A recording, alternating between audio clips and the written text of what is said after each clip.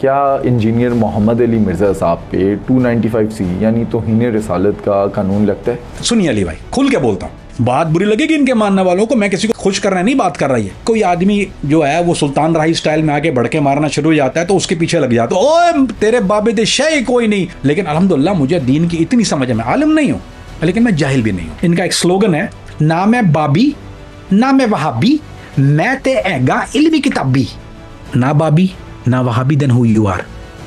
अदालत में जब इस मुकदमे को फेस करेंगे वो अपने बेगुनाही के सबूत दे सकेंगे? क्योंकि अगर वो ना दे सके तो इस मुकदमे में सजाए मौत बनती है। मिर्ज़ा साहब का ये पहला मामला नहीं है, बार बार हो रहा है। उलमा कराम पहले भी उसमें क्या इनको समझाते भी रहे हैं। कामरान भाई, इंजीनियर साहब के केस में इन्वेस्टिगेशन किस तरह से होगी? कुछ अर्सा वो हल्की हल्की मौसीकी चलाएंगे, फिर उन्हें पके राग फिर छेड़ दें, क्योंकि उनकी दुकान इस पे चलती है। अगर वो इस पे ना चलें तो फिर ये सारे फॉलोअर ना हो ना उनके। आप किसी भी दिन बैठ जाइए, इसके मोरस हदीस आप सुन लीजिए, अगर आपके पास उसका जवाब है तो आपका जूता और मेरा सर है। दोस्तों, इंजीनियर मोहम्मद अली मिर्ज़ा साहब रिसेंटली उन्हें गिरफ्तार किया जाता है। 3MPO के तहत 30 दिन के लिए उनको जेल में मुंतकिल कर दिया जाता है। उसके बाद एक शहरी उन पर 295C का मुकदमा दर्ज करवाता है। उन पर इल्ज़ाम है तौहीन रिसालत का। अब पुलिस इसकी किस तरह से इन्वेस्टिगेशन करेगी, अदालतों में कैसे ये साबित होगा, या इंजीनियर साहब अपनी बेगुनाही को कैसे साबित करेंगे, इन तमाम पॉइंट्स पर आज के पॉडकास्ट में हम बात करेंगे कामरान फरीदी साहब से। लेकिन अगर आपने अब तक क्राइमकास्ट को सब्सक्राइब नहीं किया तो अभी सब्सक्राइब करें।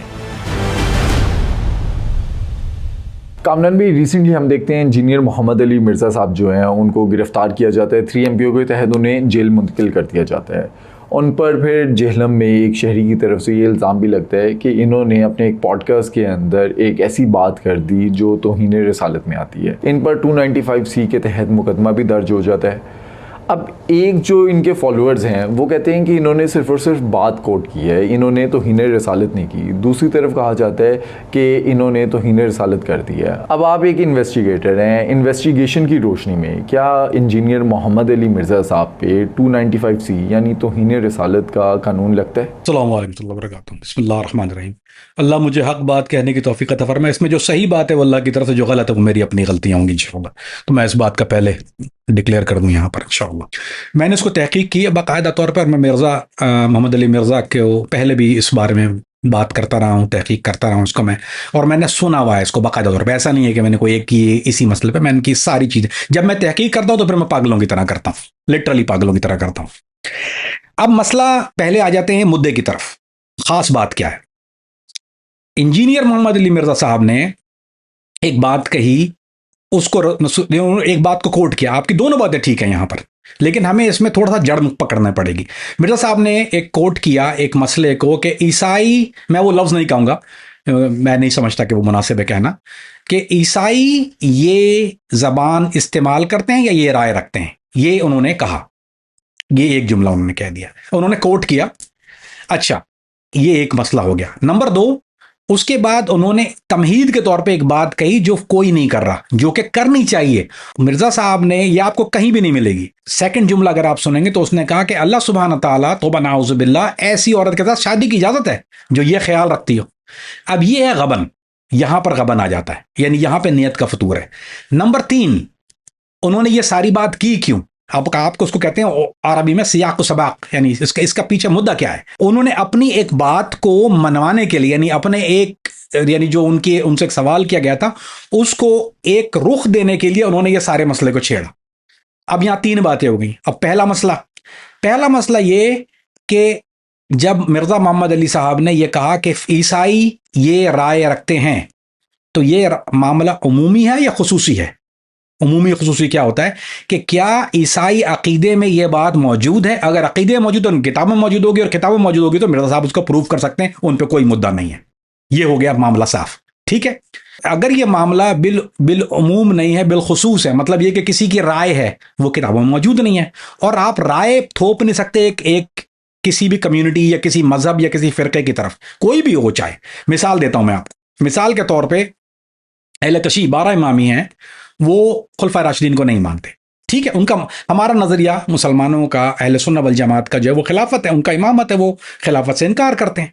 ये है मसला बिल उमूम, यानी ये बच्चा भी होगा बड़ा भी होगा, ये नहीं, पूरे मजहब की जो इमारत है वो इनकार खिलाफत पर है। ठीक, अब एक मसला आता है बिल खुसूस, वो है तबर्रा, बरात का अख्तियार करना या बुरा भला कहना या किसी भी अल्फाज में उनको नीचा दिखाना या कोई ऐसी राय का इजहार करना, यह है बिलखुसूस मसला। अब आप बिल उमूम और बिलखुसूस को मिला नहीं सकते। बिल उमूम वो नहीं मानते, ठीक है ना माने, लेकिन आप यह नहीं कह सकते कि तबर्रा भी करता है। अब अगर कोई आदमी ये कहे, कोई आलिम या कोई आदमी या कोई अपनी कैपेसिटी में आके, उसके लिए मैंने मदरसे की दाल नहीं खाई, उसके लिए मदरसे की दाल की जरूरत नहीं है, ये बात बच्चे को भी पता है कि अगर एक इंसान ये कहता है कि शिया तबर्रा करते हैं, ये मामला गलत हो जाएगा यहां पे। क्यों? ये बिलखुसूस है, अगर कोई करते हैं तो वो अपने तौर पे क्या करते हैं या अपनी जगह पर करते हैं, लेकिन आप पूरी अहले तशय्युह के इसमें भी मसाले के आप नहीं ठोक सकते। इसी तरह से अगर आप इसमें भी रोमन कैथोलिक है, सदर्न बैप्टिस्ट है, नॉन डिनोमिनेशनल है, अगर आपने कहा ईसाई तो आपने कर दिया बिल उमूम, आपने सारे दरिया को कूजे में समो दिया और कहा वो ये राय रखते हैं।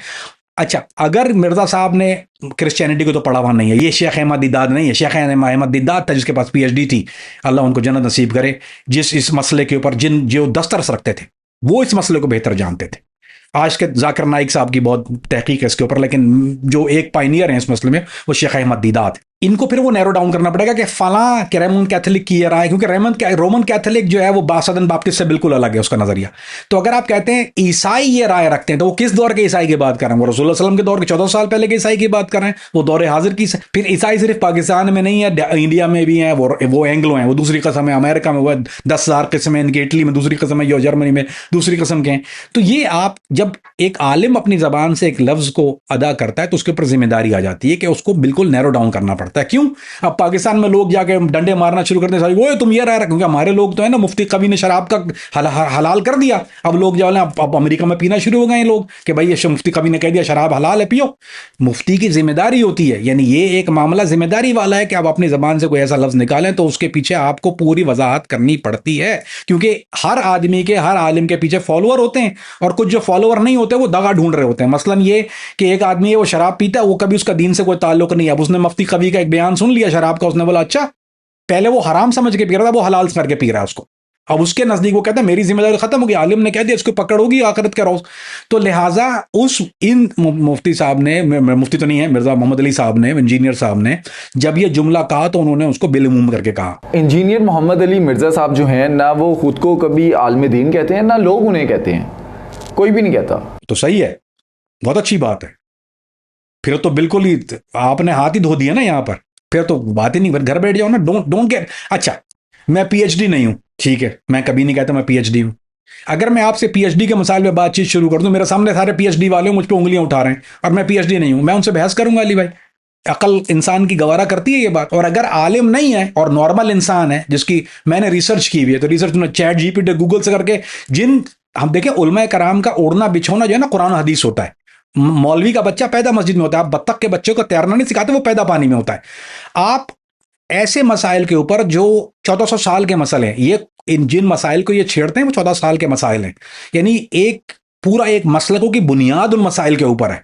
आप नई चीज आगे एक नया शोर छोड़ते हैं, उसको कहते हैं अंग्रेजी में री इन्वेंटिंग द व्हील। आपने पहिया इजाद करके एक मार्केट में भेज दिया। मसला ये अली भाई, हमारे यहाँ लोगों को अरबी की फाहम नहीं है, अरबी की अलिफ अनार लाम लद्दा भी नहीं जानते ये, एक तो दूसरा दीन की समझ नहीं है। ये दो बड़े मसले हैं हमारे माशरे के। अब हम जब कोई आदमी जो है वो सुल्तान राही स्टाइल में आके भड़के मारना शुरू हो जाता है तो उसके पीछे लग जाते हैं, वो ट्रक की लाल बत्ती के पीछे लगाता है, बोलते हैं जियो मोहम्मद अली मिर्जा, कुरान हदीस से बात करता है। अमूमन आप जब बात करेंगे किसी भी, मेरी काफी उनके स्टूडेंट से बातचीत हुई है, वो कहते हैं जो भी है बात तो कुरान हदीस से करता है। अच्छा, वो रेफरेंस देते हैं, हाथ कंगन को फारसी क्या, पढ़ लिखे को फारसी क्या, रेफरेंस देते हैं, बिल्कुल ठीक है। तो कादियानी भी रेफरेंस देता है, वो तो परवेजी भी, कोई भी फिरका बातिला जो इस्लाम से खारिज फिरके जिनको पर बिल इत्तफाक राय जिसमें इजमा है, वो सारे, क्या आपके ख्याल में बगैर क्या, मैंने सब लोगों से बात की अली भाई, मेरा तो मामला यही है ना। वो अगर आप कादियानी से बात करेंगे मुतलक नबूवत, मतलब वो आपको क्या नहीं देगा, कुरान हदीस से रेफरेंस दे, वो हदीस ऐसी ला के देगा मुतलक रसूलात के ऊपर। अब मसला ये, इसको समझिए कौन, एक बिल्ली के गले में घंटी कौन माने। अब आप एक आम नॉर्मल आदमी है, आपका काम दीन का है नहीं, आप पॉडकास्टर हैं, आपको बोलेगा ये फला हदीस में लिखा है। अगर आप आलिम के पास जाएंगे वो आपके पास की मुअर्रज़ हदीस लेके आएगा, ये होती है बहस, इसलिए वो बहस से भागता है ना। इसलिए क्यों फरार इख्तियार करते हैं कि अली भाई वो रेफरेंस तो देता है, लेकिन वो रेफरेंस क्या हुर्फ आखिर है? क्या उसके मुअर्रिज़ दूसरे उलमा के पास दलील मौजूद नहीं? क्या आप ये समझ रहे हैं कि उलमा देवबंद या जो बरेलवी उलमा हैं या जो जितने भी मुफ्ती हनीन कुरैशी हैं, मुफ्ती तारिक जमील साहब है, किसी के पास, क्या उनके पास कोई भी इनके खिलाफ, यानी ये जो दलील देता है उसके खिलाफ दूसरी दलील मौजूद नहीं होती है?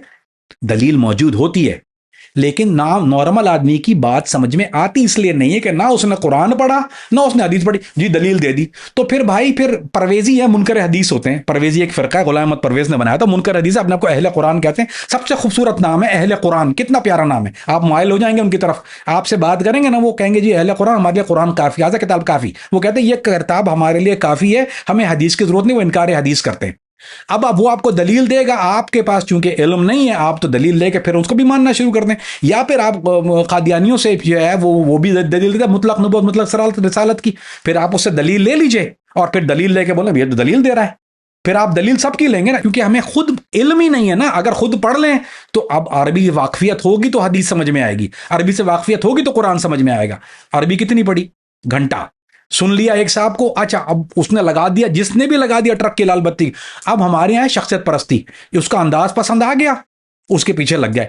आप देखिए इनके पास जो मेजोरिटी लोग हैं ना अली भाई, जो उनके फॉलोअर्स हैं, अब आपने कहा दलील पेश करते हैं, वो सुनने को बहुत अच्छी लगती है, मुझे भी बहुत अच्छी लगती है सुनने में। लेकिन अल्हम्दुलिल्लाह मुझे दीन की इतनी समझ है, मैं आलिम नहीं हूं लेकिन मैं जाहिल भी नहीं हूं, मैं ज़बान भी जानता हूं, तौर तरीके भी देखे, उलमा कराम के साथ वक्त भी गुजारा, मैंने बहुत जूतियां सीधी की हैं। और एक मसलक के नहीं, मैंने तमाम उलमा कराम की बहुत जूतियां सीधी की हैं, मैं इनके साथ वक्त गुजारा हुआ है। अरब व अजम के दोनों उलमा की बात कर रहा हूं। तो मसला ये कि चूंकि मैं इस मामले को समझता हूं तो मुझे बात तो बहुत अच्छी लगती है, वो तरीका, ओ तेरे बाबे दे शे कोई नहीं, वो सारे स्लोगन, ये हटो बचो, ये सारी चीजें, रंगबाजियां, ये हमने देखी हैं जिंदगी भर में। एक नॉर्मल आदमी जब आके सुनते बोला अरे हाँ बात तो सही कह रहा है यार, तेरे बाबे दे शे ही कोई नहीं। मैं आपको एक छोटी सी मिसाल देता हूँ। मिर्ज़ा मोहम्मद अली साहब की जो पूरी जितनी जो 1.5 ईंट की मस्जिद है ना इनकी, उसकी बुनियाद जो है वो कंट्रोवर्शियल इश्यूज पर है। वो दावे या तबलीग की बात नहीं करते, उनकी सारी जो चीज़ें वो कंट्रोवर्शियल, जो मसले अहले सुन्नत वल जमात में मुत्तफ़िक़ अलैह मसाइल हैं वो उसके ऊपर जिरह करते हैं, ठीक है। उस पर जिरह करने के बाद वो लोगों को लगाते हैं ट्रक की लाल बत्ती के पीछे, बात है सही हो गई। अब वो उस मामले हैं एग्जॉटिक मसालेदार चीजें, मिसाल के तौर पे चिश्ती रसूलुल्लाह थानवी रसूलुल्लाह, इस पे बात करते हैं। अब आदमी उनसे सवाल करे, जब आप चिश्ती रसूलुल्लाह थानवी रसूलुल्लाह पे बात करते हैं, अगर किसी आदमी ने कलमा पढ़वा लिया अपने नाम का, वो तो काफिर हो गया दार इस्लाम से, वो कहता है मैं काफिर नहीं मानता। ओ भाई ये तो समझ में ही नहीं आ रहा ना। अब मुझे ये बात, क्योंकि ये है टेक्निकल, आप चौथी जमात के बच्चे से पीएचडी का मामला नहीं हल करा सकते। अगर वो कहता है कि चिश्ती रसूलुल्लाह थानवी रसूलुल्लाह, तो उसको फिर साथ में उस पर लाजिम होता है कि इन पर तकफीर करे। अगर आपके सामने, मेरे सामने कोई एक आदमी और मैं आलिम नहीं हूं, ठीक है, लोग कहते हैं कि आलिम जो है वो काफिर बनाता है, नहीं, गलत बात है। आलिम काफिर बनाता नहीं है, आलिम काफिर बताता है। क्यों? एक आदमी ने ये काम किया, उसकी ये कॉल और फेल से, ये अमल से वो दार इस्लाम से खारिज हो गया। काफिर बताना है, काफिर बनाना ये होता है। ये कोई आलिम के पास कोई फैक्ट्री नहीं लगी, यहां से आलिम, यहां से बंदा डाला, वहां से काफिर बन के निकला है। ये पकी पकाई ताजा रोटी का प्लांट तो नहीं है कोई। आलिम बताना और आलिम बनाने में बहुत वाज़ेह फर्क मौजूद है। अगर आप कहते हैं, मेरे सामने कोई एक आदमी कहता है कि भाई ये फला फला आदमी है, ये कहता है कि मैं फला, इसने कलमा पढ़ा है इस आदमी को, और ये मैं इसको मानता हूं कि ये इसने पढ़ा है, मेरे नजदीक वो काफिर है। क्यों? रसूलुल्लाह जो है वो आखिरी नबी है, उनके बाद कोई नबी नहीं है, ला नबी आबादी, बस खत्म मसला हो गया यहाँ पे।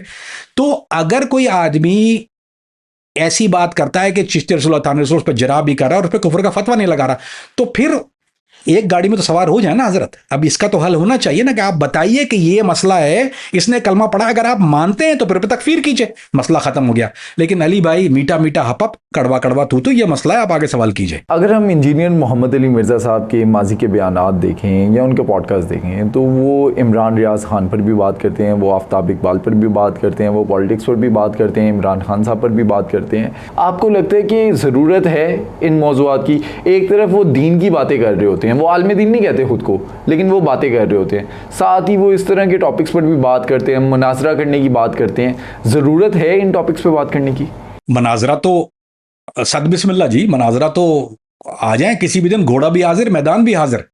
लेकिन मैं मुनाजिर नहीं हूं, लेकिन मेरे पास लोग तो मौजूद हैं। जो बात यह है, वो मुनाजरा उस वक्त तक करते हैं, उसके बाद वो राय फरार इख्तियार करते हैं। देखें, मैं बताता हूं, सुनिए अली भाई, खुल के बोलता हूं, एक हैवीवेट पहलवान जो होता है, चाहे वो WWF का हो चाहे UFC का हो, आप उसको बोलेंगे तुम्हारा आज फड्डा है इस आदमी के साथ, बोले ले आओ।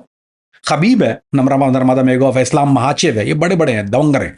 इनसे आप बोलते, इनको कोई ये थोड़ी पिक एंड चूज करते हैं कि मैं इससे बात नहीं करूंगा, उससे करूंगा, पहले उसको लाऊंगा फिर उसको जिस आदमी का वजन भारी होता है, मैं इन्वेस्टिगेशन में, मुझे आप बोले तो मैं सूडान जाना है, बोला जाऊँ, डेथ रो है, बोला हाँ मर जाऊंगा, चला जाऊंगा। मुझे बोले तुम पाकिस्तान जाना है, इंडिया जाना है, बांग्लादेश, जहां भेजेंगे मैं जाऊंगा ना।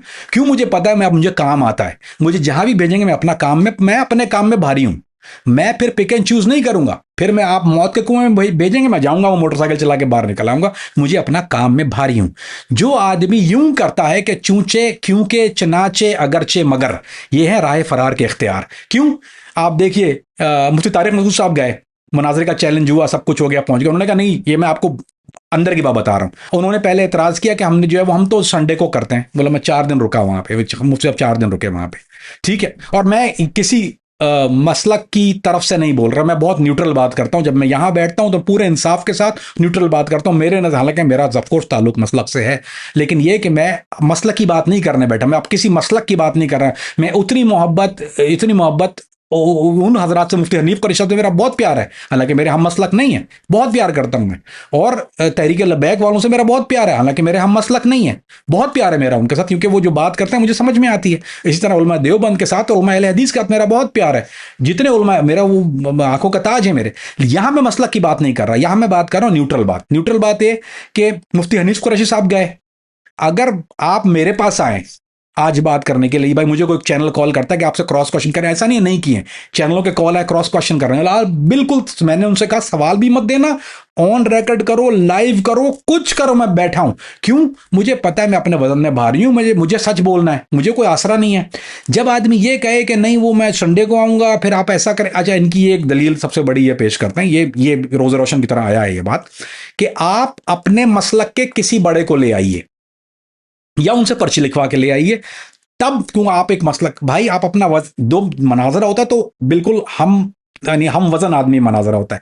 अगर आप ये कहते हैं मैं आलिम नहीं हूं और मुझे मनाजरा करना है, तो फिर आप बड़े की सनद क्यों मांग रहे हैं? आप छोटे पहलवान को पिछाड़ दें, वो तो आपके लिए ज्यादा आसान है, वो आ रहा है आपके पास, खुद ही आ रहा है ना। अच्छा, अब मुफ्ती तारिक मसूद साहब खुद गए, ये तो नहीं गया था कराची उनसे मनाजरा करने के लिए, वो पहुंच गया, बोला हाँ चलो कर लो, क्योंकि उनको पता है कि वो उसको ऐसा पिछाड़ के मारेंगे। मुफ्ती हनीफ कुरैशी साहब अगर पहुंचे, उनको पता था कि वजन में पक्के हैं। मैंने मुफ्ती हनीफ कुरैशी साहब के मनाजरे सुने हुए, खुद सुने, मैंने उनके वो मनाजरे सुने हुए जो पब्लिक ने नहीं सुने हुए। मैं फैल टॉक पे पहले होता था, ये अर्ली 90s की बात करूं, मैंने उनको वहां सुना हुआ है, बड़ा कमाल बात करते हैं और हैं वो मनाजर पक्के, उनके सामने आप नहीं बैठ सकते अगर वो किसी चीज में आपके हाथ बैठ जाएगा। अब इनको क्या होता है, इनको भागना होता है, क्योंकि बैठेंगे तो इनकी 1.5 ईंट की मस्जिद धाड़ करके गिर जाएगी।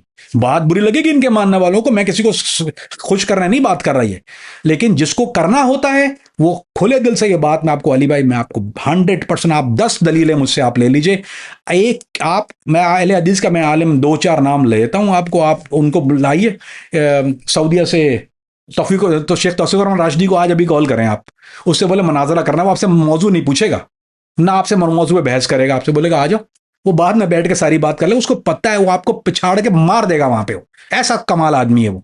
मेरे इख्तिलाफात है उनके साथ, ऐसा नहीं है, लेकिन जो हक की बात है वो करनी चाहिए। आप अभी मुफ्ती तारिक मसूद साहब को कॉल करें, हम मनाजिर भी नहीं है वो। अच्छा, लोगों को ये फर्क नहीं पता होता, आलिम और मनाजिर में फर्क होता है, हर आलिम मनाजिर नहीं होता और हर मनाजिर जो है वो आलिम होता है।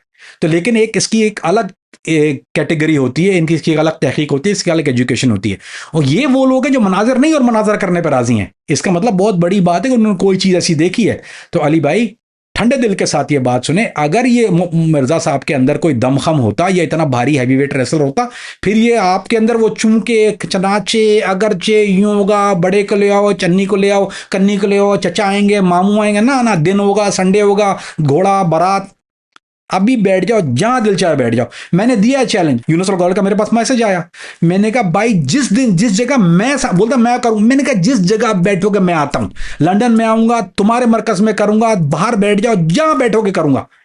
भागने वाला मामला नहीं है अभी यहां पर, जिसने आना है उसने पूरा आना है, जिसने नहीं आना उसने भागना है। कामरान भी, अगर मुकदमे की बात करें 295C यानी तौहीन रसालत का उन पे मुकदमा दर्ज हुआ, उन पर इस टाइम पे इल्ज़ाम है, अभी साबित नहीं हुआ, अदालतों में साबित होगा, क्या वो अदालत में जब इस मुकदमे को फेस करेंगे वो अपने बेगुनाही के सबूत दे सकेंगे?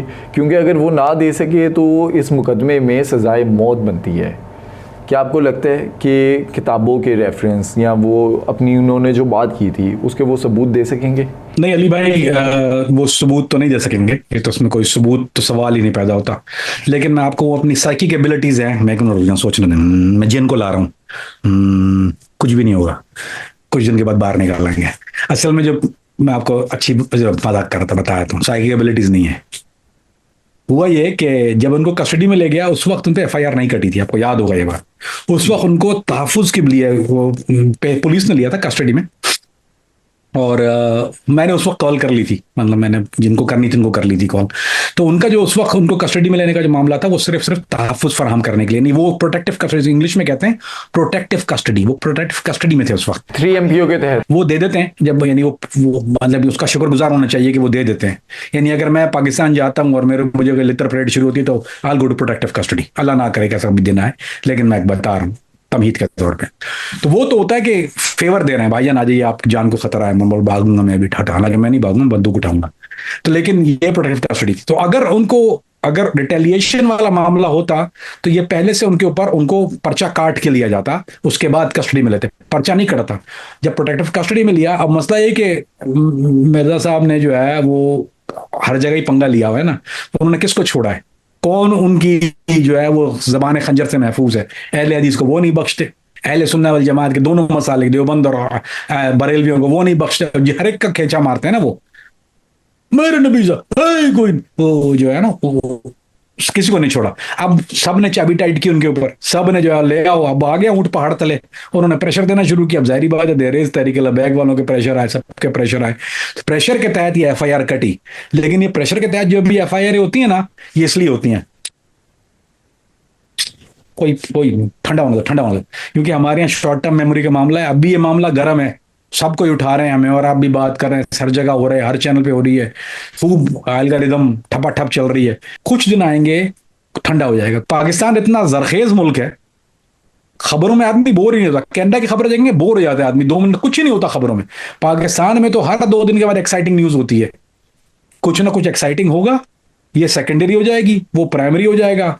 मिर्जा साहब कुछ दिन के बाद फिर वो विक्ट्री का निशान बनाते हुए निकलेंगे जेल से बाहर, अल्लाह अल्लाह खैर चलो, थोड़े दिन ठंडे रहेंगे, थोड़े दिन जो है वो उनको कहेंगे मुठ रखना हाथ, जिन्होंने कहना है वो कह देंगे हाथ वाला रखी यार, फिर उसके बाद वो रिदम में आ जाएंगे वापस वो अपने 3-4 महीने के बाद। यही है मामला। ये तावीज़ के तरह लिख के दे रहा हूँ, लगा दिएगा, फिर लोगों को कहिएगा कि मुझे शुक्रिया के कॉल करेंगे ये हुआ था, और सारे जो कॉपी करते हैं ना, मुझे लिख लो, ये सही, यही कॉपी कर लेना। अच्छा, लेकिन उन्हें बेगुनाही के सबूत तो देने पड़ेंगे ना, उन पर एफआईआर हुई है, ये अदालत में मामला जाएगा, और उनके जो एकेडमी के लोग हैं, जो उनके लीगल टीम है, वो कहती है कि वो फेस करेंगे। मैं नहीं कह रहा फेस नहीं करेंगे, मैं भी फेस कर लूंगा। आज मुझ पर कत्ल का मुकदमा चल जाए ना अगर बेनजीर का, मैं भी फेस कर लूंगा। बात ये नहीं है फेस करने की। फेस में क्या होता है, फेस सेविंग हो जाती है। फेस के साथ होता है एक लफ्ज फेस सेविंग।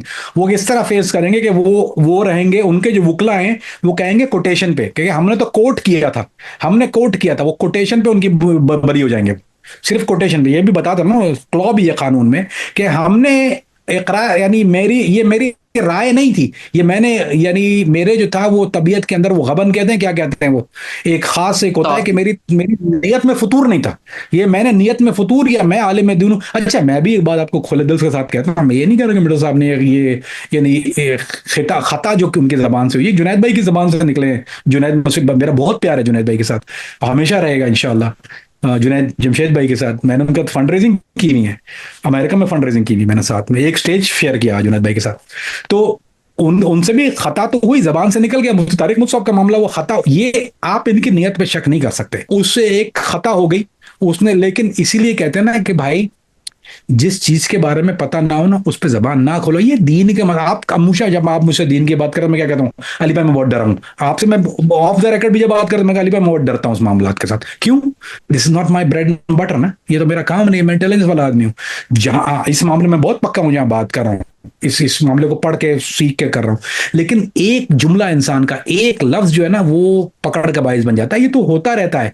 और ये नहीं कह रहा कि मिर्जा साहब से जो उन्होंने जो गलती हुई है वो खता है, ठीक है, वो उनकी नीयत अगर होती और अगर उनके ये सोच होती तो फिर उन पे कानून लागू होता था। लेकिन ये कानून इसलिए लागू उन पे नहीं होता कि ये उनकी, इसको स्लिप ऑफ द टंग कह लीजिए उसको, या खता कह लीजिए, he never thought about what coming out of his mouth, the consequence. अगर उनको पता होते कॉन्सिक्वेंस तो वो ये जुनैद भाई भी उनकी नीयत पे तो फतूर नहीं कर, तारिक मुफ्ती साहब की नीयत पे फतूर नहीं कर सकते, वो आलिम दीन है, दीन के लिए भला चाहते हैं। वो बस एक उनकी जबान से एक वैसी बात हो गई जो कि तकलीफ का बाइस बना। तो ये मामला भी जो है जो मिर्जा साहब का, वो उनकी नीयत में फतूर नहीं था, उनके ये अपनी राय नहीं है, अल्लाह ना करे कि उनकी ये राय हो, लेकिन सिर्फ इतनी सी बात है कि उनकी एक जबान से एक चीज अदा हो गई और वो जाके अदालत में उसको प्रूफ देंगे कि मैं इस चीज को कोट करता इस बिना के ऊपर, और ये दलील थी और ये बैकग्राउंड था उसका, और उस बात पे जज जो है वो उनको बरी हो गया। अच्छा, इससे पहले हम देखते हैं रजब भट्ट यूट्यूबर हैं, उन्होंने एक वीडियो बनाई, प्रमोशनल वीडियो एक परफ्यूम की। उन्होंने 295 परफ्यूम एक लॉन्च किया कि उन पर मुकदमा था 295A का। वीडियो में वो कह देते हैं कि मेरे पे 295C है। अब वो लाइलम थे, उनको नहीं पता था 295C कानून है किस चीज़ का, इसके क्या संगीन अंजाम हो सकता है, जो उन्होंने बात कर दी। आपको नहीं लगता ये जो उलमा कराम है इनको क्लियर कर देना चाहिए इस बात को कि 295C, 295A, 295B ये जो कानून है ये क्या है, किन चीज़ों का ख्याल रखना चाहिए बात करते हुए, किन चीज़ों को देखना चाहिए? अली भाई, इसमें दो मसले हैं। आप इसको हम इस तरह कहें ब्लास्फेमी लॉ, तौहीन रिसालत का कानून, इसको इस तरह कह देते हैं। Let's not get into clause, ठीक है, बिल उमूम बिल खुसूस की बात नहीं करते हम, we get into in general. जो ये कानून है, क्या ये कानून गलत है या ये कानून सही है, ये है मामला, बस इतनी सी है, that's the bread and butter. देखिए, इसमें तो कोई शक नहीं है ना, कानून तो ठीक है। नहीं, कुछ लोग कहते हैं गलत है ना। अब आप ये भी ये भाई, इस पे भी बहस रहती है ना हमारे रही है लोग कत्ल हो गए इस मामलात के ऊपर, लोगों के खून बह गए, फांसी चढ़ गए लोग इस मामले के ऊपर, गलत है सही क्या है। तो इसको समझाने के लिए हमारे लोगों को, जो कि खास तौर पर मेरे साहब के जो स्टूडेंट है, क्योंकि वो जो है वो ट्रक की लाल बत्ती के पीछे लगे, उनको समझाना जरूरी है। मसला क्या है, ये तो आपने कह दिया, ये आपका इल्म है, कुछ लोगों का इल्म है इस मामला से, वो कहते हैं ये होना ही नहीं चाहिए, ये इस्लामी कानून है। आप कहते हैं, अगर आप कहते हैं इस्लामी मुमलिकत है खुदादाद पाकिस्तान या इस्लामी जमहूरिया पाकिस्तान, जब आप ये कहते हैं तो ये लाजिम मलजूम हो जाता है कि तौहीन रिसालत का कानून ये मजहब इजाजत देता है इस बात की आपको, तो ये तो मजहबी कानून है, इसमें कोई मुसलमान ये नहीं कह सकता कि ये नहीं होना चाहिए। क्या इसका गलत इस्तेमाल होता है? बिल्कुल होता है।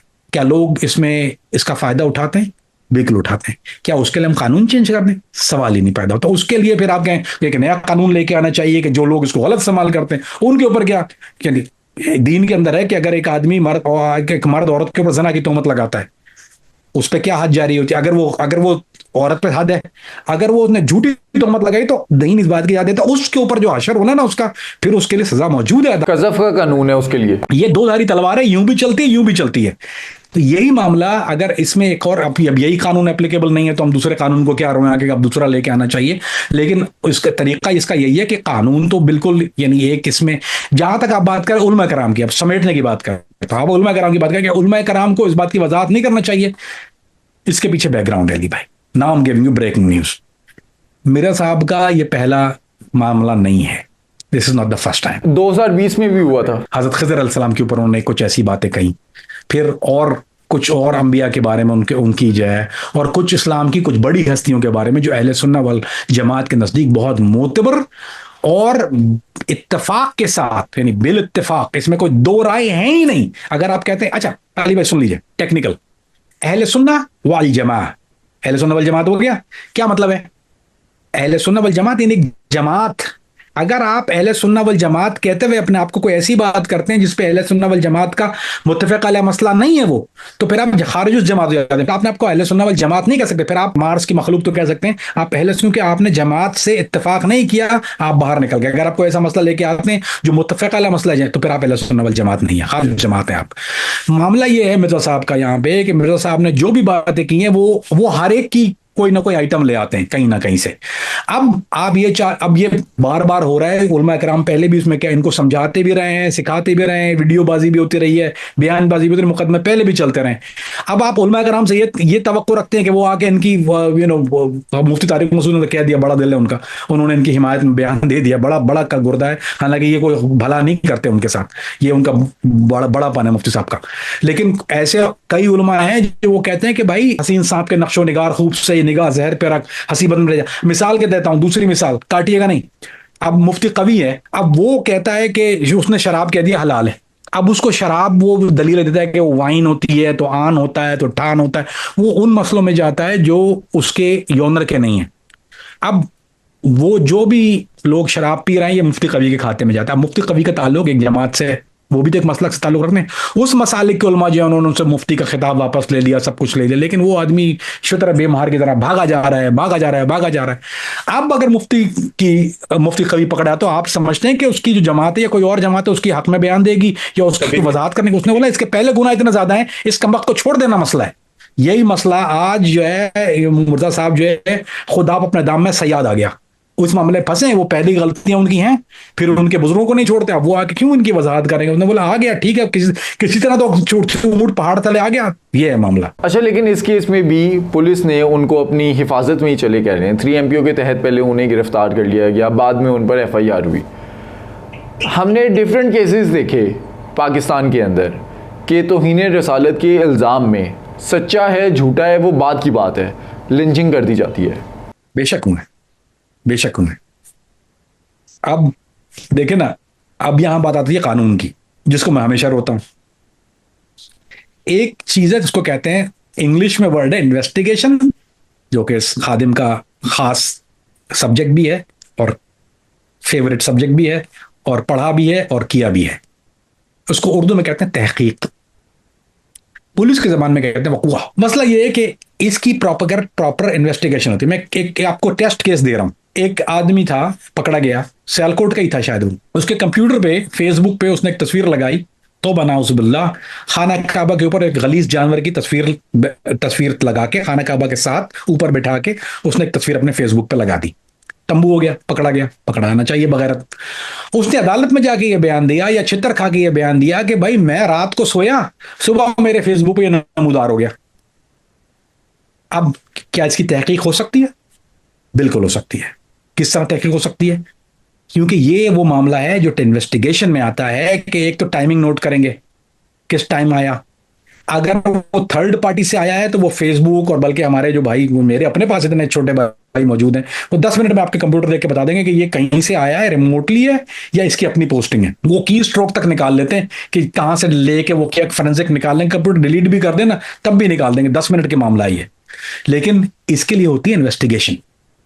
अब वो इन्वेस्टिगेशन ना नौमन तेल होगा ना रदा नाचेगी। कामरान भाई, इंजीनियर साहब के केस में इन्वेस्टिगेशन किस तरह से होगी? अच्छी बात।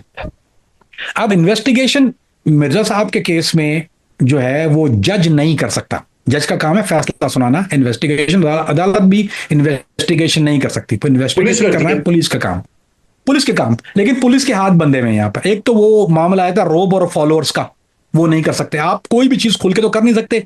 कोई भी मजहबी शख्सियत जिसके फॉलोअर ज्यादा होते हैं उनके ऊपर प्रेशर होता है, एक चाहे पॉलिटिकल हो चाहे वो मजहबी हो। हमारे यहाँ 2 बहुत स्ट्रांग लॉबीज हैं, रिलीजियस एंड पॉलिटिकल। उनके पीछे की बैकिंग इतनी ज्यादा होती है, लोग करते हैं, डरते हैं।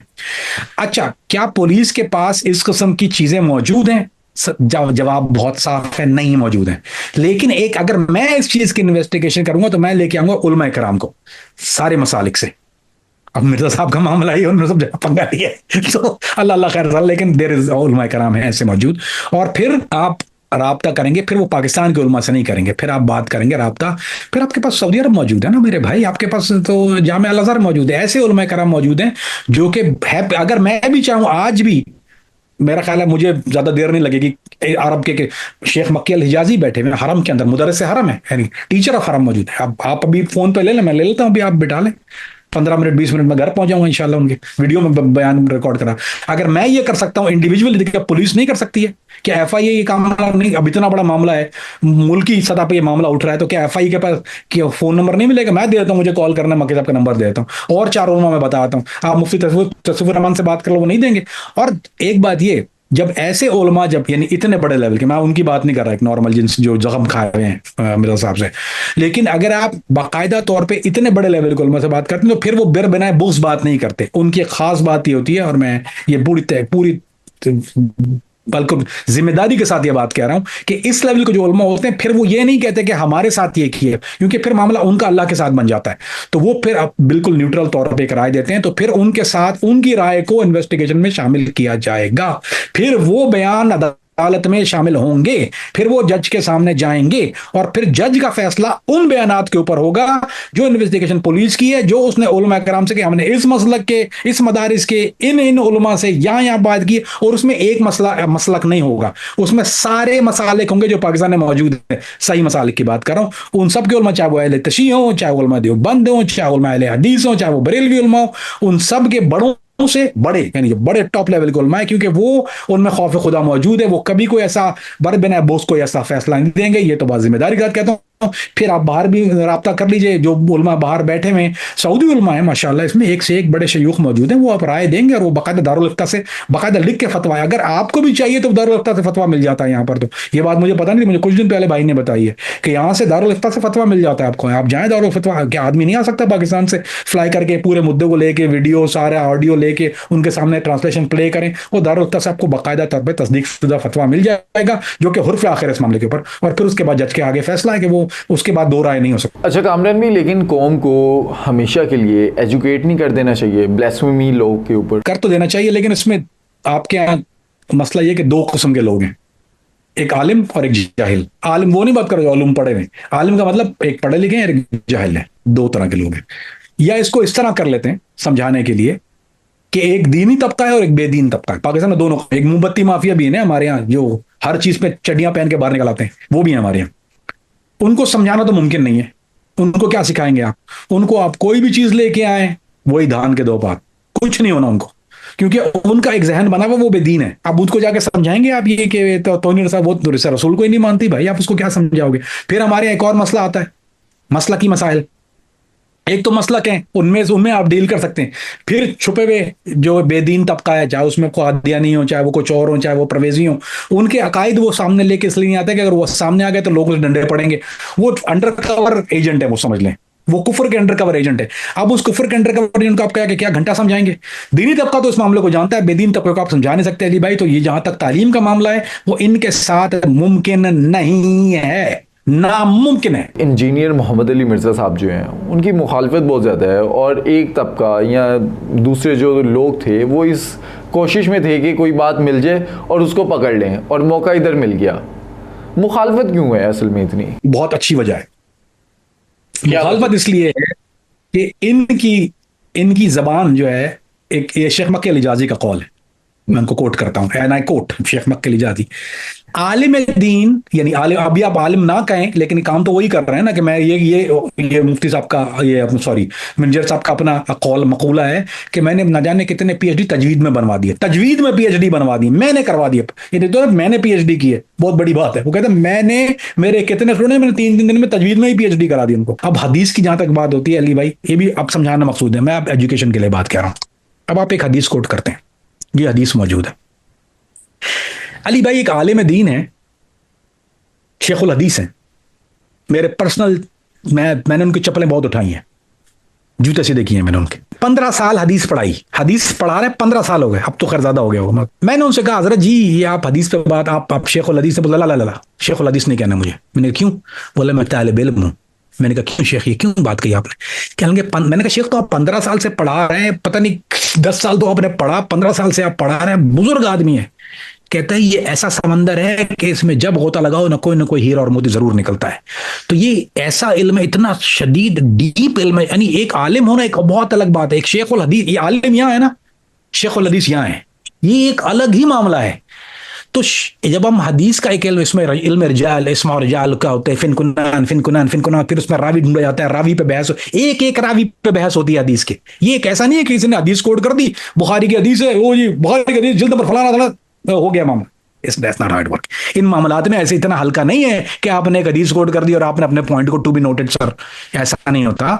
इसमें आपको बाकायदा तौर पे रावियान पे बहस होती है, जरा होती है। इल्मुल हदीस ये बहुत बड़ा इल्म है। अब जब एक आदमी, मिर्जा साहब जैसा आदमी, जब एक हदीस को वो पेश करता है, अब उनको इसका ऐसे भी कुरान की आयत है, वो जब आप कुरान की आयत पे बात करते हैं, उससे आपको कालिम से बात करेंगे, बोलेगा शान नज़ूल बताओ। वो शान नज़ूल के हवाले से बात होती है, सिर्फ कुरान की आयत पे बात नहीं, तो शान नज़ूल। अच्छा, अब एक और मसला इस्लाम नासुख और मनसूख का, ये सारे पीएचडी के मामलात हैं, इनको आम आदमी नहीं समझता, ना ही आम समझ सकता है। जूता सीने वाला जूता सीता है, आधा घंटा आप उसको 2 घंटे किताब भी दे देंगे वो नहीं पढ़ पाएगा। आलिम की जिंदगी यानी उसके पास एक सनद मौजूद है, आपने उसको सनद दे दी, उसका उड़ना बिछोना कुरान और हदीस है। अगर आप अपनी गैर जिम्मेदाराना गुफ्तगू से उनके ऊपर उंगलियां उठाएंगे, उनके ऊपर अटैक करेंगे, और आपने जब खुद कह रहे हैं कि मैं आलिम ही नहीं हूं लेकिन मेरी तहकीक है, मैं पीएचडी करवा रहा हूं लोगों को, अली भाई ये खतरनाक मामला है।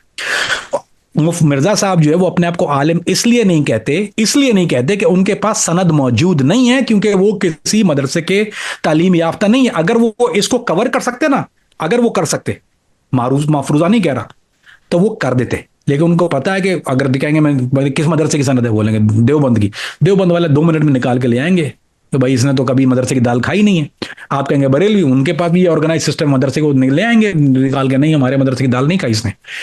लेकिन इन्होंने किसी को छोड़ा नहीं है, किसी को नहीं बख्शा, और सब की जो है वो इज्जत उतार के रखी है। और ना सिर्फ इज्जत उतारी है बल्कि उन शख्सियात का जिन जो काबिल एहतराम है, चाहे वो, अब आप देखें ना ये जो मसला, ये कहते हैं बाबे तेरे बाबे तो शाही कोई नहीं, ठीक है इनके पास एक दलील मौजूद है, मानता हूं इस बात को, इनके पास दलील मौजूद है, लेकिन क्या वो हल्के बैठे में, वो भी तो कितने हजार साल से ये मामला चल रहा है, उनके बड़े बड़े मदरसे हैं, वो इंडिया से शुरू हुए थे, जहां से भी शुरू हुए थे। ये सिर्फ मसला इंडिया पाकिस्तान में नहीं, ये क्या तुर्की पूरा हनफी है, पूरा तुर्क के अंदर अहनाफ के ऐसे ऐसे उलमा मौजूद हैं, आप बेड़ा गर्क कर दे कुनिया चले आए, एक पूरा शहर है जहां सिर्फ अहनाफ का ही मदरसा है। और यही मसला जो पाकिस्तान में वेरी सिमिलैरिटी ऑफ दिस, तो ये सूफिया के मसले, ये मसलों के ऊपर आप जबान तो खोल लेते हैं, लेकिन ये एक तरफा आप जब फायरिंग करते हैं, उनका मौक़िफ़ आपको पता लेना नहीं है, उनका मौक़िफ़ आपको पता नहीं है। और कुछ इसमें जो है वो मामलात आप बददयानी से लेते, जैसे मैंने आपको मिसाल दी चिश्ती रसूलुल्लाह थानी, इसमें उनको पता है कि इसके पीछे दलील क्या मौजूद है। चिश्ती रसूलुल्लाह का मामला क्या, आप इतने आसानी, आपके ख्याल में इतने बड़े बड़े उलमा, यानी शेख मक्की अल हिजाज़ी जैसा आदमी जो खुद हनफी है और जिसको हरम में बिठाया हुआ है, यानी हरम के अंदर एक तदरीस का मामला, ये इतने बेवकूफ लोग हैं कि एक हनफी आलिम को जिसका अकीदा ये हो, चिश्ती रसूलुल्लाह का कलमा पढ़ता हो, उसको वो हरम में बिठा के तदरीस का काम दे देंगे। यहाँ किताबें उठा देते हैं, अगर एक छोटी सी लफ्जिश हो जाती है ना किसी आलिम की किताब में, मौलाना मौदूदी की पूरी किताब, खिलाफत मलूकत के बाद सारी किताबें पहले मौलाना मौदूदी निसाब में पढ़ाई यहाँ मौजूद थी, मदीना और मक्का में किताबें मौजूद थी, जहां मुफ्ती साहब ने खिलाफत मलूकियत लिखी, सारी किताबें का उठाओ, खल्ली बस बाहर करो। ये मामले हैं इस हुकूमत के, जहां मैं बैठा हुआ हूं, और ये बड़े जिम्मेदार लोग हैं, ये फतवा ऐसे नहीं दे देते किसी काम के ऊपर। तो अगर ये जो आपके, यानी अगर मिर्जा साहब ये कहते हैं कि भाई चिश्ती रसूलुल्लाह वाले और ये दगाबाज है, फलाना ढिमकाना है, तो वो मौलवी के लिहाजी आदमी तो बैठा है, और भी कई उलमा हैं, लेकिन एक मैं मिसाल दे रहा हूँ, किस लिए नाम ले लिया हमने, मुफ्ती ज़रवली खान साहब, इतना बड़ा जय्यद आलिम है, इल्म कोटों से ऊंचा है, आदमी की अकल दंग रह जाती है जो ये बात करते हैं। जब मुफ्ती तारुक मुसअब के असातिज़ा जितने, एक से एक, जामिअतुर रशीद में एक से एक मुफ्ती बैठा हुआ है, जामिया बनूरे के अंदर मुफ्ती नईम साहब के अब तो इंतकाल हो गया, लेकिन वहाँ मुफ्ती काकड़ साहब बैठे हुए, अदनान बैठे हैं, पता नहीं कितने हजार उलमा बैठे वहाँ, तो एक से एक आप चाबी घुमाओगे तो आलिम निकलता है। लंदन के अंदर पूरी जो खत्म नबूवत एकेडमी, मौलाना अब्दुल रहमान बाबा, ऐसे ऐसे खतरनाक लोग बैठे हुए वहां पे, आपकी अकल है। अब ये हर उनके आदमी की इज्जत उतारता है, हर एक आदमी के ऊपर जरा करता है, फिर उनके बुजुर्गों की भी इज्जत उतारता है जाके। तो अली भाई आप ये समझते हैं कि वो फिर इससे खैर की, आप उनसे खैर की उम्मीद रखेंगे? चलें, अगर आप एक आलिम के ऊपर आप जरा कर देना, एक इंडिविजुअल एज एन इंडिविजुअल, तो ठीक है, मसला खत्म हो जाता है। लेकिन फिर आप जाते हैं, फिर आप अशर मुबशरा के लोग, हमने ऐसे जिनके बारे में बात करने के लिए मैं बहुत मेहतात होकर बात कर रहा हूं, ऐसे सहाबा जिन्होंने अशर मुबशरा में मौजूद है, उनके ऊपर उंगली उठा दी। आप बात करें हज़रत अमीर माविया का मामला, कोई मामूली मामला नहीं है इस्लाम के अंदर, कातिब वही उनके ऊपर, और उनके साथ इतनी बदतमीजी से। चलो अगर आपको इख्तिलाफ है, मैं नहीं कह रहा कि इख्तिलाफ होना चाहिए, अगर इख्तिलाफ है आप उसको एक आलिमाना अंदाज में, चूंकि आलिम तो नहीं है लेकिन आलिमाना अंदाज तो, अब क्योंकि आप काम वही कर रहे हैं ना, अगर मैं बड़ा ही नहीं हूं, काम बड़े ही वाले कर रहा हूं, तो मुझे वही फिनिशिंग दिखानी चाहिए ना। आप मामू बना दिया, मामू, यार ये किसी बंदे की जबान है जो दीन की बात कर रहा है, you can say things like that. तो फिर आप देखिए, उम्महातुल मोमिनीन पे मेरी जान कुर्बान है, मैं मेरी अपनी माँ को आज कुर्बान कर दूं, अगर आप उनके ऊपर कोई बात करे, कोई आदमी उनके ऊपर जुबान उठाए या शर्मंगेजी करे, तो फिर all heads all glove of, फिर आप वो कामरान फरीदी जो है ना, वो किसी दुनिया ने नहीं देखा, जो वो देखेगा उसके बाद आदमी।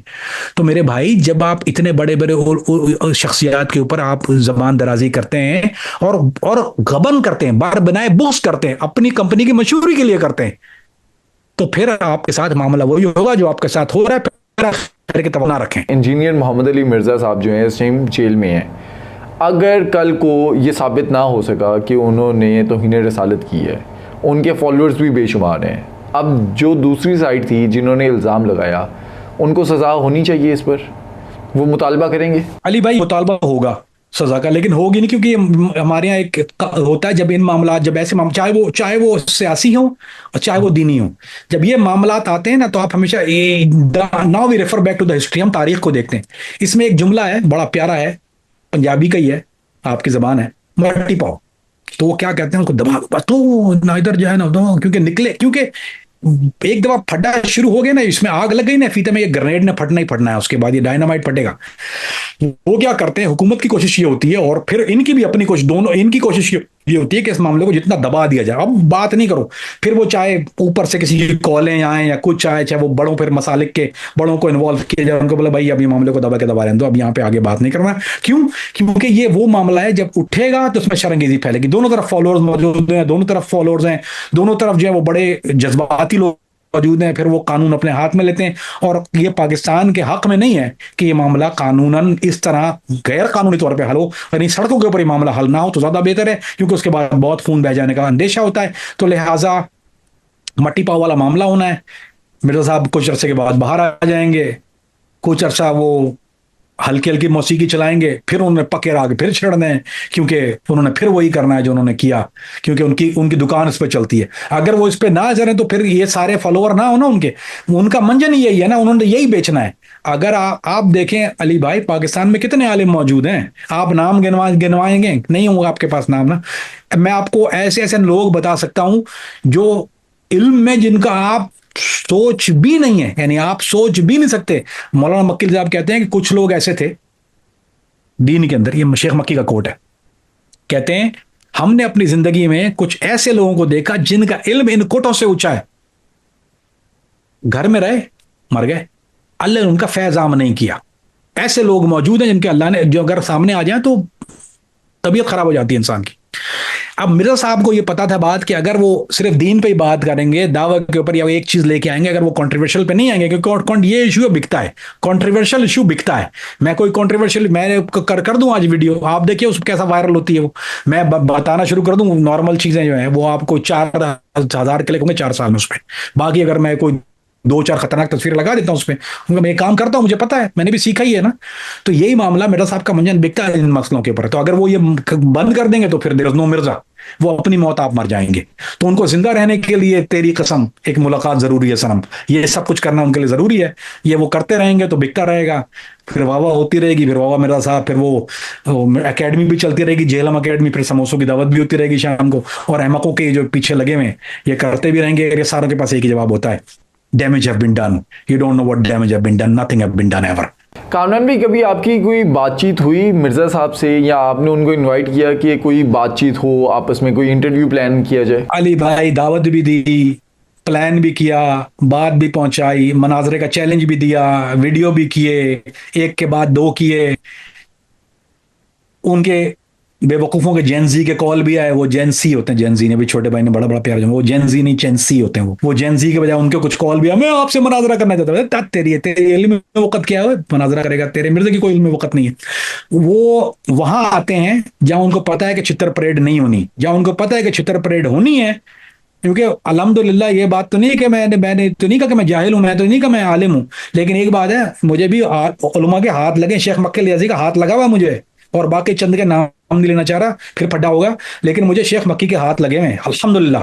ये जो बात कर रहा हूं ना, ये इस वजह से कर रहा हूं कि मुझे गंडा बंधा हुआ है मेरे हाथ पे भी। तो मैंने पैगाम भी पहुंचवाया था, मैंने कहा अगर आप हजरत आलिमों से डरते हैं ना, तारिक मुर्तज़ा साहब से डरते हैं, हनीफ कुरैशी साहब से डरते हैं, और भी 4-6-10 आदमी मौजूद हैं जिनसे आपको खौफ आता है, तो आप ऐसा करें, मुझसे कर लें आप 1-on-1। अली भाई वो चलता रहा मामला, जी होगा, हम देखेंगे, फिर यूं आप सवाल भेज दें, वीडियो से आएगा। ये वीडियो बाजी, जितने भी बातिल फिरकन में एक बात बहुत कॉमन होती है अली भाई, वो कॉमन ये होती है, मैंने कादियानियों के साथ ये किया हुआ है, वो कहते हैं अपना सवाल लिख के भेजें, हम जवाब लिख के भेजेंगे। ओ भाई तू कौन से सन में, कौन सी सदी में रहते हो, मैं चिट्ठी ना कोई संदेश, मैं तुम्हें खत लिख के भेजूंगा, फिर तुम जवाब हम भेजोगे। आज घोड़ा भी हाजिर है, मैं अभी बैठ जाऊं ना, सामने सामने हो जाएगा, 10 मिनट का मामला है, अभी पता चल जाएगा कौन क्या है। नहीं जी, आप लिख के भेजेंगे, आप वीडियो बनाएं, फिर मैं वीडियो बनाऊंगा, फिर मैं उसके मारे वो वीडियो ना, पता नहीं सारी बच्चे जवान हो जाएंगे, बन जाएंगे। ये फौजदारी के मुकदमे की तरह मामला कभी खत्म होने वाला नहीं है। जिसने बैठना उसने आज बैठना, जिसने नहीं बैठना राह फरार के 2000 तरीके हैं इसके। मैंने बहुत दफा पैगाम पहुंचवाया कि आजा बाबा बात कर लो। और मैं कोई एक मसलक की बात तो करता नहीं, मैं तो कहता हूँ कि आपका जो ये स्टैंड है वो गलत है, और मैं साबित कर दूंगा आपका स्टैंड गलत है, कर लो आपने बात करनी है। नहीं आया अली भाई, ना आएगा। कामरान भी 3-4 सवाल ऐसे बता दें ताकि अगर उनके जो फॉलोअर्स हैं या वो खुद भी अगर देखें तो वो फिर रब्ता कर लें कि ये सवाल आते हैं, इन पर बात करनी है, वो आप बता दें। तमीद के तौर पर मैं एक शेर पढ़ देता हूँ कि ना खंजर उठेगा ना तलवार, इनसे ये बाजू मेरे आजमाए हुए हैं।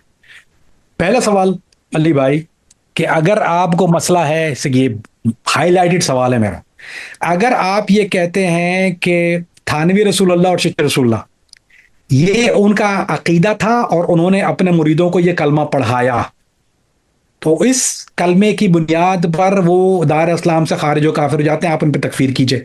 जब तकफीर, और ना सिर्फ उन पर तकफीर होगी बल्कि उनको जो जो मानता है, यानी जो भी उनके फॉलोअर्स हैं, ये जो उनका दिफा करते हैं, उन सब पे तकफीर होगी। तो आपको सबकी तकफीर करनी पड़ेगी।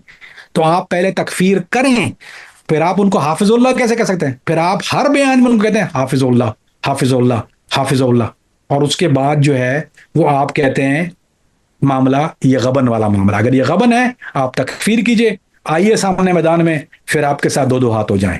नंबर 1। नंबर 2, हजरत अमीर माविया का मसला, ये मसला नहीं है, इसको मसला बना के पेश किया गया। ये उम्मत मुस्लिमा का, अहले सुन्ना वल जमात का, इसमें कोई दो राय नहीं है। आप एक नई चीज लेके आए, नई चीज पेश की, अगर आप अब फिर उसके जवाब में हदीस पेश होंगी, मैं उसको बिखेर नहीं रहा, मैं सिर्फ समझाने के लिए कह रहा हूं। तो अगर आप इस मामले पे आपका इख्तलाफ है तो आप किसी भी दिन बैठ जाइए, इसके मोरस हदीस आप सुन लीजिए, अगर आपके पास उसका जवाब है तो आपका जूता और मेरा सर है। अमीर माविया का मामला, अगर आप अपने आप को अहले सुन्ना वल जमात कहते हैं, आप यही कहते हैं कि भाई मैं तेंगा इल्मी किताब, इनका एक स्लोगन है, ना मैं बाबी ना मैं वहाबी, मैं तेंगा इल्मी किताबी। ठीक है, हो गया मामला। ना मैं बाबे का मतलब ना बरेलवी नहीं हूं कि बाबों को मानते हैं, ना मैं वहाबी मोहम्मद बिन वहाब से मसला उसको करते हैं, मैं तेंगा इल्मी किताबी। इसका मतलब कि आप कहते हैं कि मैं इल्म और किताब को मानता हूं। अगर आप ये कहते हैं मैं इल्म और किताब को मानता हूं तो बिल्कुल ठीक है, मैं आपकी बात से, मैंने आपको मान लिया, गले लगा लिया, हो गया। अब आपके जितने मानने वाले हैं वो भी यही बात कर सकते हैं कि वो भी इल्मी किताबी हैं। क्यों? वो इल्म और किताब को नहीं कहते, वो आपने जो कह दिया अपने इल्मी किताबी होने की बिना पर वो उसको फॉलो करते हैं। बात समझिए, दोबारा बारीक बात है। अगर आप इल्मी किताबी हैं, ठीक है, आप होंगे इल्मी किताबी, ना आप बाबी ना बाबी, हो गया, खारिज होगा दोनों जगह से, आप इल्मी किताबी हैं। अब आपने एक बात की इल्मी किताब की, तो फिर जो आपको फॉलो कर रहे हैं क्या वो भी इल्मी किताबी हैं? क्या उनकी भी इतनी तहकीक है? नहीं, वो हैं तकलीदी, वो हैं आपकी तकलीद कर रहे हैं, और वो तकलीद है अंधी तकलीद। का मतलब कि आपने अपनी तहकीक की बिना पर जो भी कुछ कह दिया, वो आपके फॉलोअर, जिनको आप मिर्जा का स्टूडेंट कहते हैं अपने अपने उर्फ आम में, वो सब आपकी तकलीद में वो पीठ पार्ट पाइपर की तरह फ्लूट बजाना शुरू कर, सारे पीछे लग गए। ये सारे को इल्मी किताबी तो नहीं है, 10,000 स्टूडेंट आपके जितने बैठे हैं, जेलम मेड, ये सारे आपकी तकलीद में है। अब मसला ये है, आपने एक बात की, आपने अपनी तहकीक की बिना पर की। हर इंसान का एक जहनी वुसअत या एक सतह होती है, ठीक है? हर आदमी का इल्मी लेवल एक नहीं होता। मिसाल के तौर पे आप आज थिएटर में चले आए पंजाब में, ठीक है, वो जो स्टेज ड्रामे होते हैं वहां वो जुगते होती हैं, मैंने देखी है वो वीडियोस की, मुझे तो हंसी नहीं आती उस पर। हाँ, लेकिन मैं रसल पीटर को जब सुनता हूं ना, या और लोगों को सुनता हूं, मुझे बड़ी हंसी आती है। लेकिन अगर आप रसल पीटर को थिएटर पे लाके खड़ा कर दो, रसल पीटर से कहें 1 घंटे की कॉमेडी कर, कोई नहीं हंसेगा उनमें से, उनकी समझ। इसका मतलब ये कि हर एक का एक लेवल, एक चीज होती है, हर एक का एक जहनी सतह होती है, उसको मुझे वो बातें अफसोस का बाइस लगती हैं जो वो जुगते करते हैं, मुझे उस पर गुस्सा आता है, लेकिन लोग उसमें हंस रहे होते हैं, मुझे नहीं आती। हर आदमी का एक अलग जहन होता है। तो आपकी एक जहन है, आपकी एक सतह, आपके पास इल्मी सनद मौजूद नहीं, आपने एक मसले को उठाया अपने जहन के तौर पर, आपने उस राय को पेश कर दिया इल्मी किताबी होने की बुनियाद पे, जो आपके जहन ने जिसको एक्सेप्ट किया। लेकिन मेरे भाई आप ये भी तो देखिए कि दूसरा आदमी जिसके बारे में आप बात करें, उन उलमा कराम को उनकी क्या राय है? वो कहते हैं जी 1400 साल के मसले हैं। 1400 साल के मसले का मतलब ये कहता है कि मैं 1400 साल में मैं एक ऐसा आदमी पैदा हो गया 1400 साल के अंदर जिसका इल्म इमाम अबू हनीफा रहमहुल्लाह से भी ज्यादा है, इमाम मालिक से भी ज्यादा है, इमाम शाफी से ज्यादा है, शेख बिन बाज से भी ज्यादा है। वो कहता है इन मसलों को मैंने सीख लिया। शेख मेराज रब्बानी की भी ऐसी की तैसी, वो सबको फेरता है। तौसीफुर रहमान तो कोई है ही शय कोई नहीं।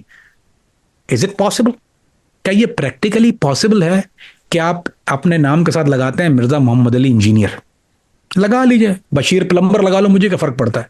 मैं भी कल आके लगा लेता हूं ना, अगर आप मेरे भी नाम के साथ अली भाई जब लिखा करें Kamran Faridi agent, agent Kamran Faridi, not proud of it, I did what I did. लेकिन ये मेरे काम की दलील तो बन सकती है, लेकिन मैं ये इल्मी दलील नहीं बन सकती। अगर आप इंजीनियर हैं, आई एम श्योर आप पुल बनाना जानते होंगे, या आप पाइप पट्टी फिटिंग करते होंगे, पाइप लगाना जानते होंगे, I give it to you that. But दीन पे आप उस आदमी के साथ ना जाएं जिसका ओढ़ना बिछोना कुरान, यानी जिसने इशा की नमाज जिस वजू में की है वो फजर उस नमाज से उसी वजू में पढ़ता है, आप उसके ऊपर नहीं बैठ सकते उसके लेवल को। मकी साहब से मेरी ये बात हो रही थी, कहने लगे आप जो सारा दिन काबे के सामने बैठे होते थे, पुरानी बात कर रहा हूं, अब तो तबीयत खराब है, उनकी कम आते हैं, बैतुल्ला बैठे या काबे के साथ हर दिन सुबह शाम बाबुल उमरा पे वहीं बैठे थे। अब एक आदमी रोज बैतुल्ला के सामने बैठता है, उसकी पूरी जिंदगी, उसके वालिद साहब भी यहीं थे, वो खुद भी यहीं पैदा हुए, उनकी पूरी जिंदगी इस तहकीक में गुजर गई। तहकीक किताबें देख लो, डर लग जाता है इंसान को। मैं एक आलिम के साथ था सीरिया के अंदर, 400 किताबें उसकी लाइब्रेरी के अंदर थी। 400 किताब कोई बड़ी बात नहीं है होना। 400 किताब में हर सफ़े पे हाशिया लगाया हुआ था उसने, हर सफ़े पे हाशिया। हाशिया लगाने का मतलब हर किताब को पढ़ के उसने उसके ऊपर हाशिया लगाया हुआ है। बातिल के पास जितने भी मामलात हैं, जैसे मैंने मिसाल दी, इनके पास इतना होता है। एक आलिम के पास कुरान और हदीस जो कि एक समंदर है, वो भरा पड़ा हुआ है। मिर्जा आपके पास इतना है मवाद। तो अगर आप इसको बुनियाद बनाकर कोई चीज पेश करते हैं तो वो आपकी जहनी सतह तो हो सकती है, लेकिन वो दूसरे उलमा कराम की राय उससे इख्तिलाफ करते हैं। तो लेकिन इस मसले को हल होना चाहिए। इस मसले के हल होने के लिए आपको उनके साथ बैठना पड़ेगा। आप राह फरार क्यों इख्तियार करते हैं और ये क्यों कहते हैं कि मैं इसके साथ पिक एंड चूज क्यों करते हैं? नंबर 2। नंबर 3, अशर मुबशर के वो हजरात जिन पे मैं उनका नाम नहीं लगा, अशर मुबशर की वो शख्सियात जिनके ऊपर वाकयात मौजूद है कि किसी सहाबी ने अगर एक जुमला कहा तो उसको कहा ना ये अशर मुबशर वाला है, या फला सहाबी बदरी सहाबी है, इसके बारे में जबान मत खोलना। यानी ये मैं पुराने मसलों की बात कर रहा हूं कि बदरी सहाबी है, इसके बारे में बात ना करना। आप उनको इस जबान और इस अल्फाज में कहते हैं कि वो एक नॉर्मल ट्रक ड्राइवर भी अपने अप्रेंटिस से ऐसी बात ना करता हो। ये आपको इख्तियार किसने दिया? ये सोच आपके पास कहां से आई? ये कौन सी सनद है? ये किस दीन में रखा हुआ है, किस किताब में लिखा हुआ है कि यू कैन डू दिस? ठीक, अब मामला है आखिर का, और वो है मसलक। ना बाबी ना वहाबी, देन हु यू आर। जब मिर्जा साहब अपनी कोई भी बयान करते हैं तो उसमें सुन लीजिएगा, और ये मेरा आखिरी जवाब और आखिरी ताबूत में कील है मिर्जे की। मिर्जा साहब ये कहते हैं कि जब हमारा ये मौकफ है, हमारा ये मौकफ है, हम जो है वो जमा सीगा है। अगर मैं बात करता हूं तो मैं सीगा वाहिद इस्तेमाल करूंगा, मैं। आप कहते हैं आपका मसलक नहीं है, आप कोई नई चीज लॉन्च नहीं कर रहे, तो फिर ये हमसे आपकी क्या मुराद है? हु आर द हम? हु इज दिस हम? कहते हैं हमारा मौकफ, हमारा ये मामला होना चाहिए, हम ये अपील करते हैं। तो अगर आप फिरके की बात नहीं करते, एक नई सोच की बात नहीं करते, तो ये हम कौन है? जरा इस हम की वजाहत कर दीजिए। जब तक हम की वजाहत नहीं होगी, आपका किरदार सामने पब्लिक के सामने नहीं आएगा, और जब आप कर देंगे तो यही पब्लिक आपको जूते मारेगी।